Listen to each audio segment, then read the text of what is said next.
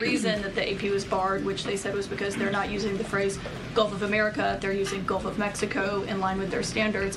And so the question here is this setting a precedent that this White House will retaliate against reporters who don't use the language that you guys believe reporters should use? And how does that align with the First Amendment commitment that you were just talking about? I was very upfront in my briefing on day one that if we feel that there are lies being pushed by outlets in this room, we are going to hold those lies accountable. And this should have been done by Biden years ago. This should have never been allowed to happen. I know he's a friend of yours. But couldn't Putin just withdraw his... He's a friend of CNN. That's why nobody watches CNN anymore. Karoline Leavitt and Kaitlan Collins are back at it again. And this time, the heat between them is more intense than ever. The friction between these two has been building ever since Karoline stepped into the role of White House press secretary, with every heated exchange ending in her favor. But their most recent confrontation has been so explosive, it's making people question how Kaitlan still holds her position. What did Karoline say that left Colin fumbling for words during a live broadcast? And could this be the moment that completely destroys whatever credibility Colin has left? Stay tuned, because this showdown is one you'll regret missing. Over the past few weeks, Karoline Leavitt and CNN's Kaitlan Collins have been exchanging sharp words, and the media can't stop talking about it. But their latest clash ignited a firestorm so fierce, it might as well have its own emergency response unit. Here's how it all unfolded. Collins, never one to retreat, believed she had Leavitt pinned with what seemed like a straightforward question. Which White House official made the decision to bar the AP reporter from the Oval Office and the diplomatic reception room last night? Well, first of all, let me just set the record straight. It is a privilege to cover this White House. It's a privilege to be the White House press secretary. And nobody has the right to go into the Oval Office and ask the President of the United States questions. That's an invitation that is given. And there are hundreds of outlets on this campus, many of you in this room who don't have the privilege of being part of that pool every single day and getting to ask the President questions. We reserve the right to decide who gets to go into the Oval Office, and you all have credentials to be here, including the Associated Press, who is in this briefing room today. At first glance, it seemed harmless enough, but don't be fooled. This was a trap, a carefully orchestrated setup designed to create a gotcha moment. Kaitlan wasn't merely posing a question, she was setting the stage for the perfect ambush, aiming to reveal a flaw in the Trump camp's messaging. She wore that smug grin, standing with unshakable confidence, certain she had the advantage. But here's the thing. Karoline Leavitt is no amateur. She's a seasoned political pro who saw this coming from a mile away. Instead of walking into the trap, she turned the tables on Collins, and it was nothing short of brilliant. Not only did she sidestep the setup, but she completely flipped the script, leaving Kaitlan flustered and off balance. Karoline's remark that access to the Oval Office isn't a journalist's birthright wasn't just a sharp retort. It was a mic drop moment, a masterclass in steering the narrative. Kaitlan didn't even see it coming. Listen closely to this clip. The question here is this setting a precedent that this White House will retaliate against reporters who don't use the language that you guys believe reporters should use? And how does that align with the First Amendment commitment that you were just talking about? I was very upfront in my briefing on day one that if we feel that there are lies being pushed by outlets in this room, we are going to hold those lies accountable. And it is a fact that the body of water off the coast of Louisiana is called the Gulf of America. And I'm not sure why news outlets don't want to call it that, but that is what it is. Robbed of her coveted gotcha moment, Kaitlan dropped the facade.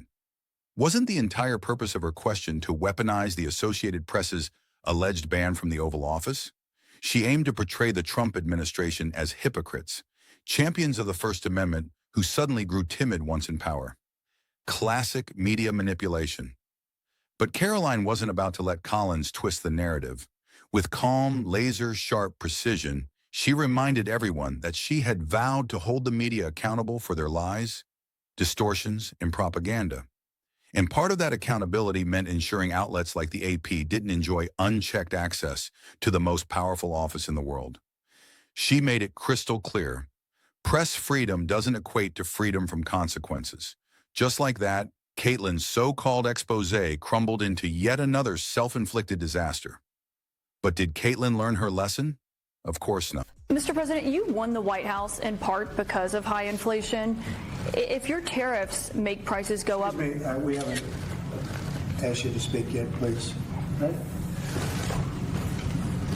But this time, Trump wasn't in the mood to entertain it. He shut her down, not because she was assertive, but because she crossed the line into blatant disrespect. This is his office now, and he decides who gets the floor and when. If he doesn't call on you, you don't get to hijack the moment. It's as simple as that. But instead of following the rules like the other journalists in the room, Kaitlan tried to bulldoze her way through. Trump wasn't silencing the press. He was maintaining order and ensuring other reporters had the chance to ask their questions.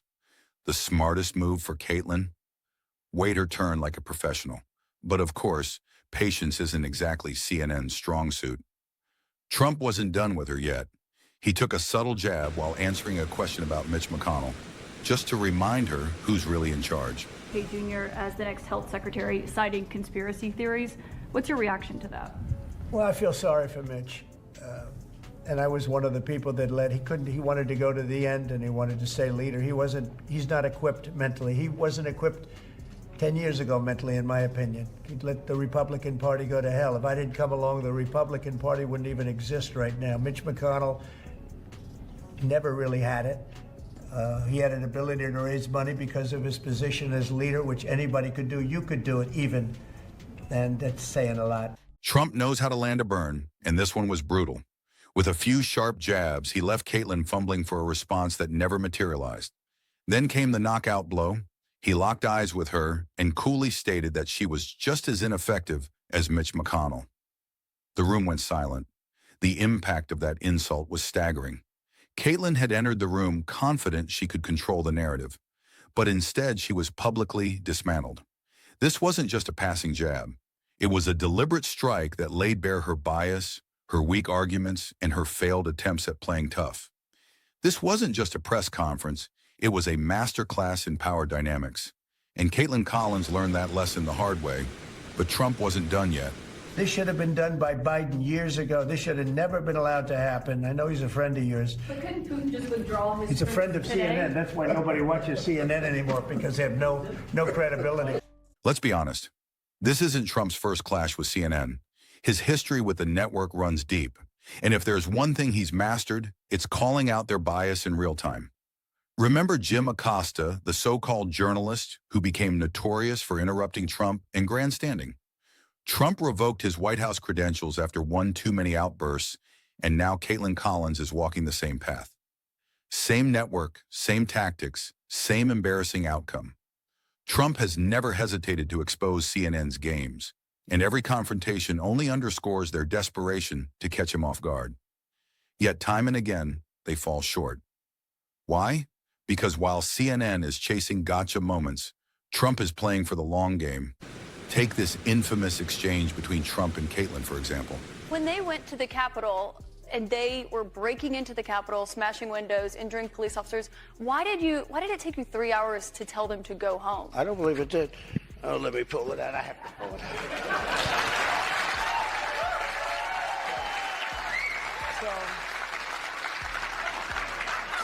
So if you look at, on January 5th, the day before, I said, please support our Capitol Police and law enforcement.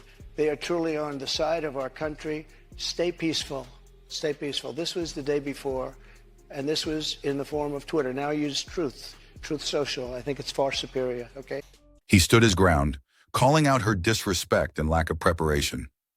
This is the Trump the media refuses to recognize, the one who comes armed with evidence, holding it right up to Kaitlan's face and proving her, along with the entire woke media machine, completely wrong. For years, they've pushed the same worn-out narrative, that Trump incited his supporters to storm the Capitol and dismantle democracy. They've portrayed him as a power-hungry tyrant, a so-called dictator in the making. But here's the truth they can't bear to accept. Trump called for peace. He urged his supporters to stand down and respect law enforcement. And now, with undeniable proof on his side, he's dismantling the media's fabricated lies one by one. I hope everybody's on Truth. If you look January 6th, this is before 2:30. I am asking for everyone at the U.S. Capitol to remain peaceful. This is right after, as it was happening. But what happened is they took it down. I don't know why. I think they took it down because it was so good. They didn't like it being up there. I am asking, and we didn't know until I got it back, because now I have 90 million people waiting for me to go back, but I'm on truth, and I'm staying on truth. Listen, I am asking for everyone at the U.S. Capitol to remain peaceful. No violation. We want no violation. We want no violence. Remember, we are the party of law and order. Respect the law and our great men and women in blue. Thank you. That was at 2:30. The journalists who spent years vilifying him are now frantically trying to distort the facts and spin yet another false narrative. But even with undeniable evidence staring them in the face, they simply can't quit. For the woke media, it was never about the truth. It was always about controlling the narrative and shaping public perception. This is the same media that spent years silencing stories that didn't align with their agenda, gaslighting the public, and prioritizing fiction over fact.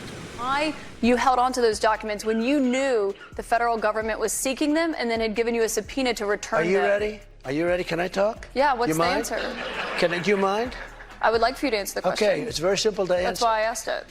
It's very simple to, you're a nasty person, I'll tell you. Now, with Trump holding firm and dismantling their lies with undeniable evidence, they're in full panic mode. Meanwhile, Leavitt is still having a blast at Kaitlan's expense. And let's be honest, Karoline is absolutely right.